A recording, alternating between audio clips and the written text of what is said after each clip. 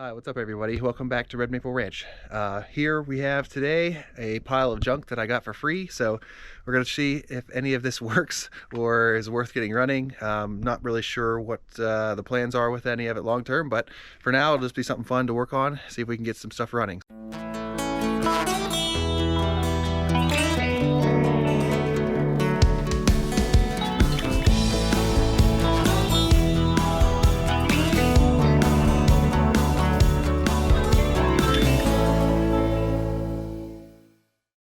Okay, so first thing on the list here we have is this old white LT 165 lawnmower.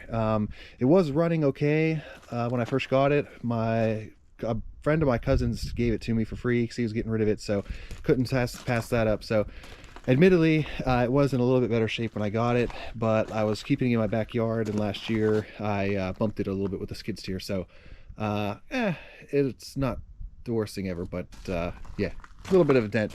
The carburetor though, pulled that off last year and just got a new one, so we'll see if we can get this thing running. Recently picked up this vintage Marshalltown power trowel, so this will be fun to see if we can get going, as well as this old Craftsman self-propelled snowblower. And of course it's got this unique style snow pickup here, not like the auger type like I'm used to seeing. So both of these, the snowblower and the power trowel, came out of an old shed from my uncle's co-worker's family member. Was just trying to clean house, and it was basically this old shed slash barn up on a hill. It wasn't accessible other than walking up, so we had to carry all this stuff down in wheelbarrows about a couple hundred yards. So it was not easy to get, so we're gonna see what these things can do and if we can actually get any life out of them. Hopefully we'll get something going here, but I'm not confident. I'm sure these two things have been sitting for probably decades at this point, but I don't know, we'll see. So fingers crossed. Okay, so I'd like to stick with the low-hanging fruit here because I know this lawnmower was running at some point last year, so let's see if we can try and get this carburetor fixed up here. So I do have most of the parts, and I just ended up ordering this new carburetor because the housing was missing a bunch of stuff in it, so I wasn't really sure what to expect with that.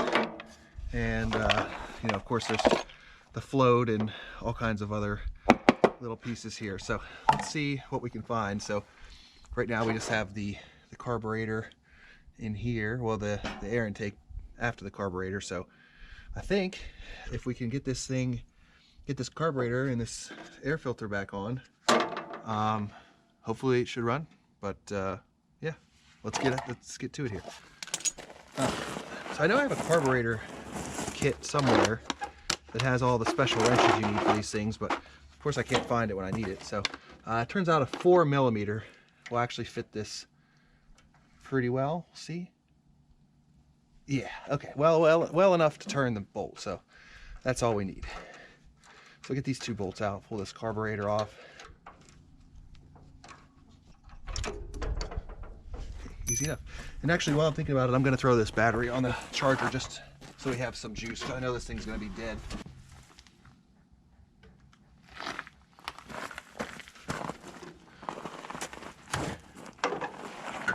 Alright, so now let me get this angle off here.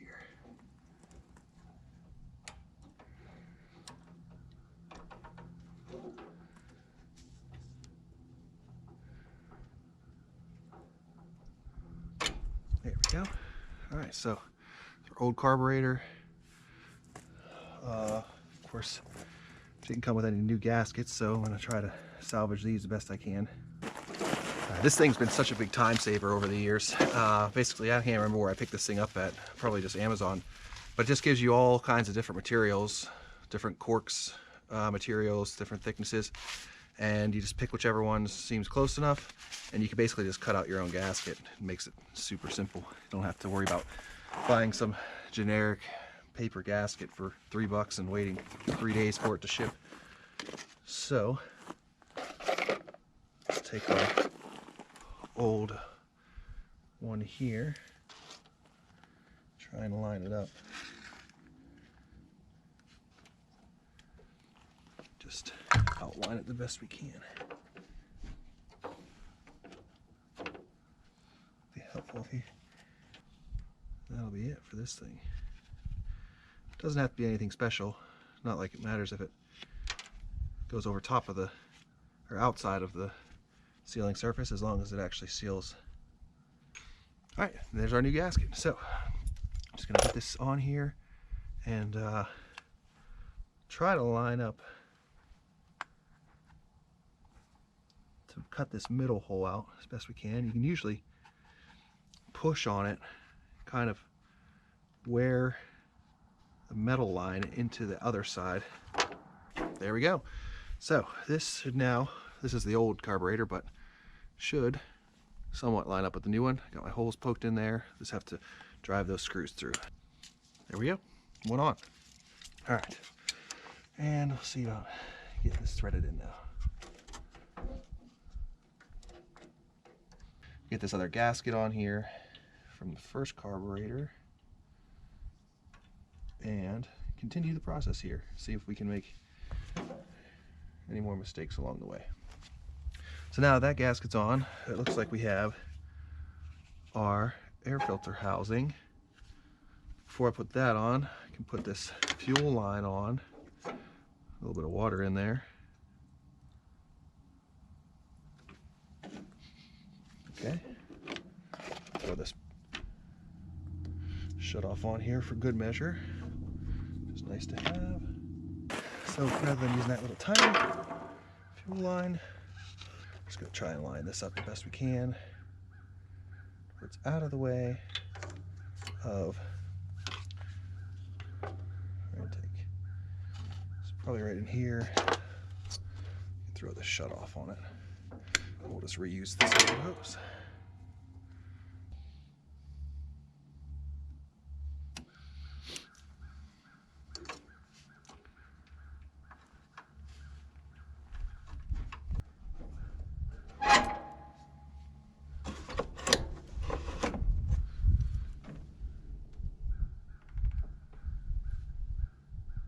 Okay.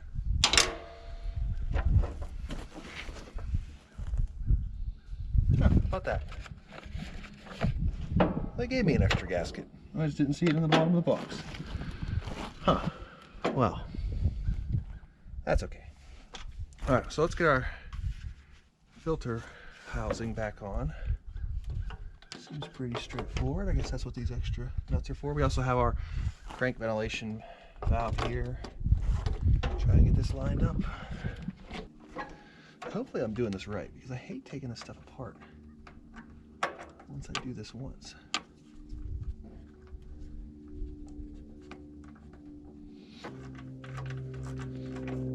Air filter, I've seen better, but we'll see what happens.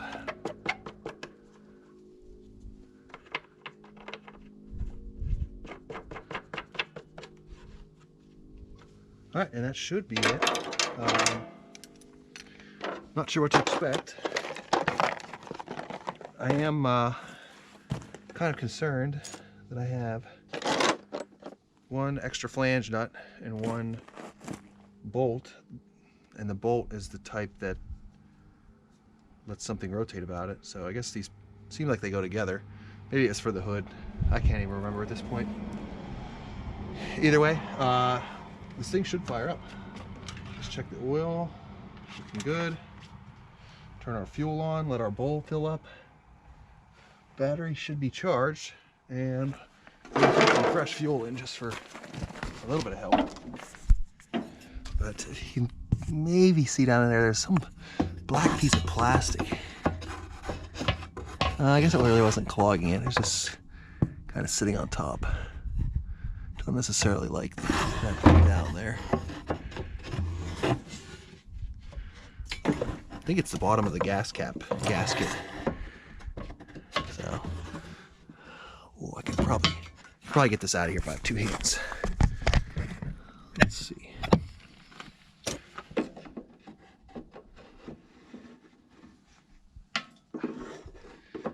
Tricky.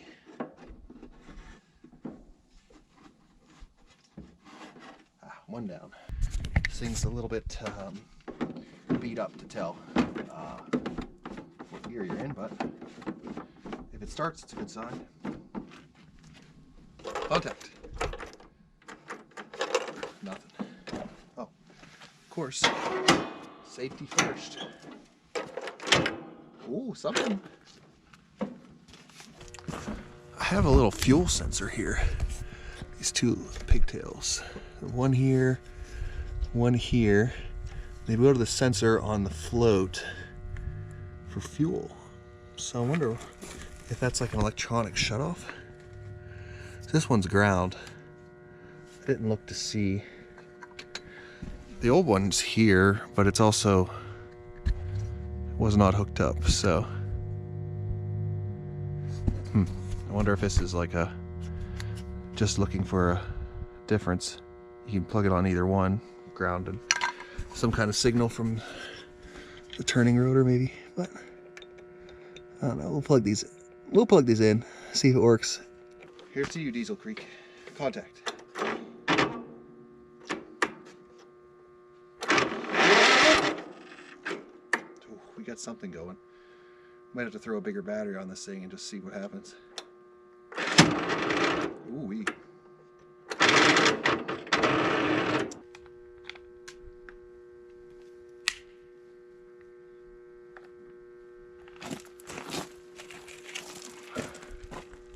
Ooh. Alright, contact.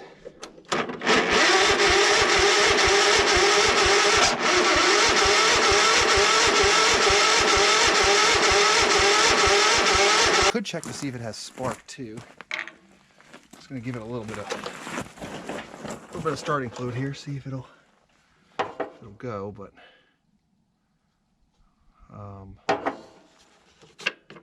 let's see what happens. Carburetor clicking, so I wonder if that has something to do with the fuel shutoff.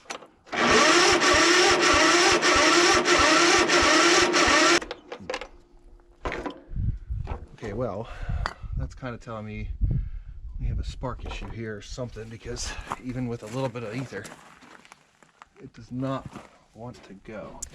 Okay, so with the spark plug, pretty standard. Just put the spark plug back in the spark plug holder, the coil here. You can just ground it to the engine itself, and we should get some spark from that gap right there, if we're lucky. If we're not lucky, then it won't spark. Or maybe it will spark, but I'll get shocked. Contact. Plenty of spark. Alright, so we have spark, but it's not even firing off of ether. So what could we be? So I guess the next best thing here is let's see if we have fuel in the float bowl.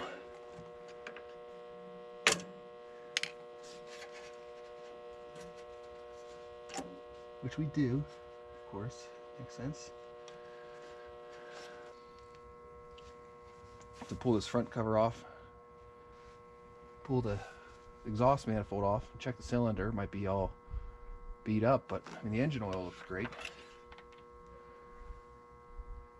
It's right on level. It's not all burnt up or anything.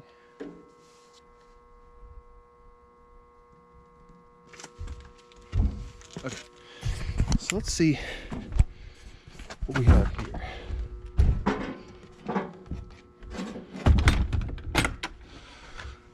So we have our exhaust.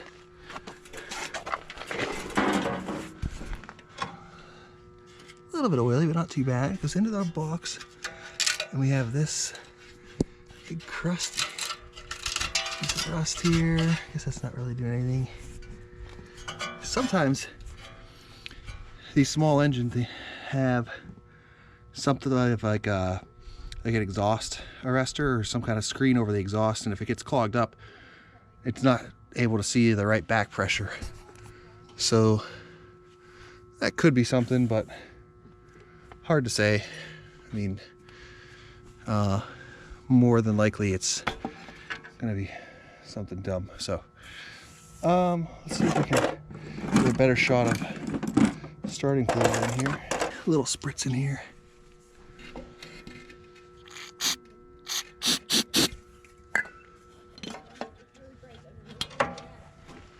I mean, we should get this thing to fire a little bit here.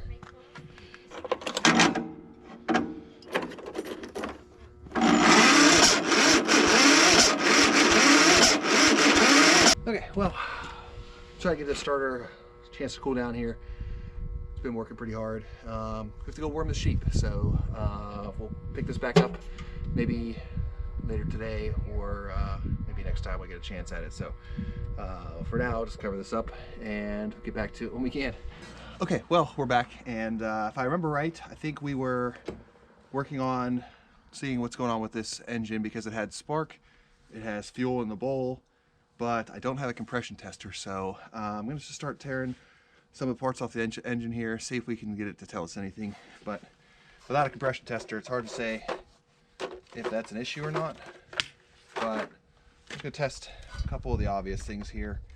I did read online that there could be a timing issue on these engines.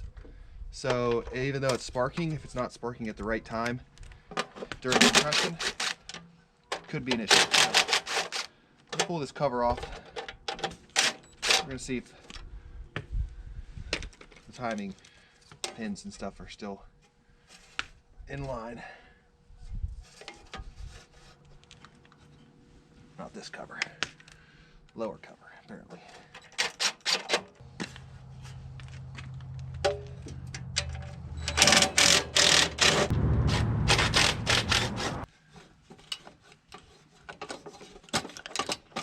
Nice. All right, that's resolved for now.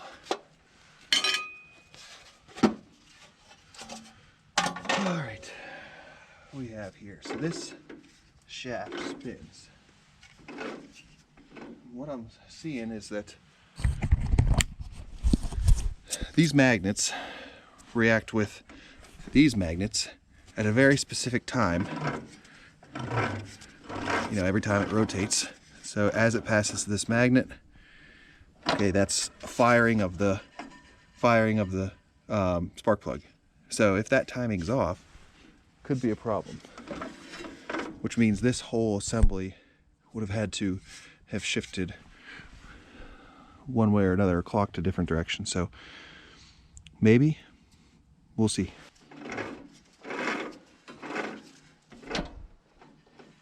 Okay, so I get a lot of compression right when it's at the magnet, which is probably good. So you want to have it ignite slightly after or slightly before power stroke. Top dead center of the power stroke. I guess either way, still getting decent power. It should start unless it's way off. Oh yeah, so I'm hitting a lot of compression right at the magnet, which is a good thing, I guess, but not good in the sense that I still don't know what it will be doing. Let's pull this exhaust cover off. See if we can see anything.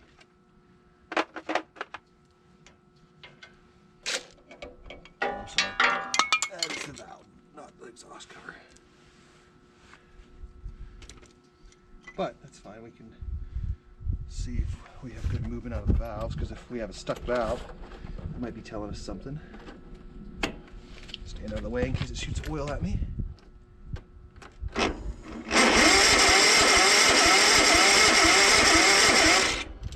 mean, they're moving pretty good.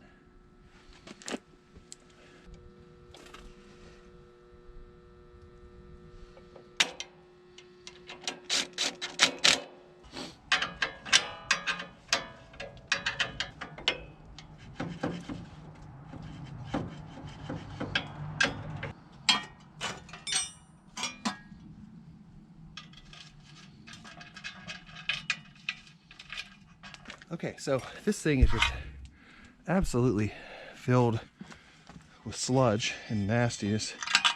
Also has some rusty pieces here, as well as whatever this is floating around in there. So I think I'm gonna take this apart, or maybe we'll get a shot, see if it'll fire up without this, now that there's no restriction in the exhaust or something. And we'll see how it goes.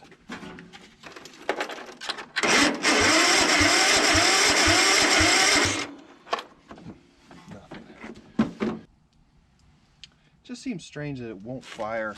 If it has spark, it won't, and compression, it won't fire the starting fluid on the inside when I spray it into the cylinder head. Just unplug these leads coming off of the carburetor. See what that does. Probably nothing. Nothing. Figures. Blade stop. If you weren't in blade stop or the seat down, but the seat down safety is bypassed. I think the blade up and down is still functioning, but pretty sure that would just stop the spark. Could be wrong about that, but again, I don't know why it wouldn't fire. If it was just a spark, if you have fuel spark and fuel spark and compression, so well, what could it be, YouTube? Disappointing. I don't think I've ever been beat up this bad by one of these small engine things. Also never had to deal with low compression, so this might be the first one to ever go bad on me. Even all the junk and stuff I get on the side of the street or at auction, it's almost always just a bad carburetor or a clogged jet giving you all the trouble. Sometimes a spark plug, but I don't know, new one for me. So, well, plenty of other junk to work on.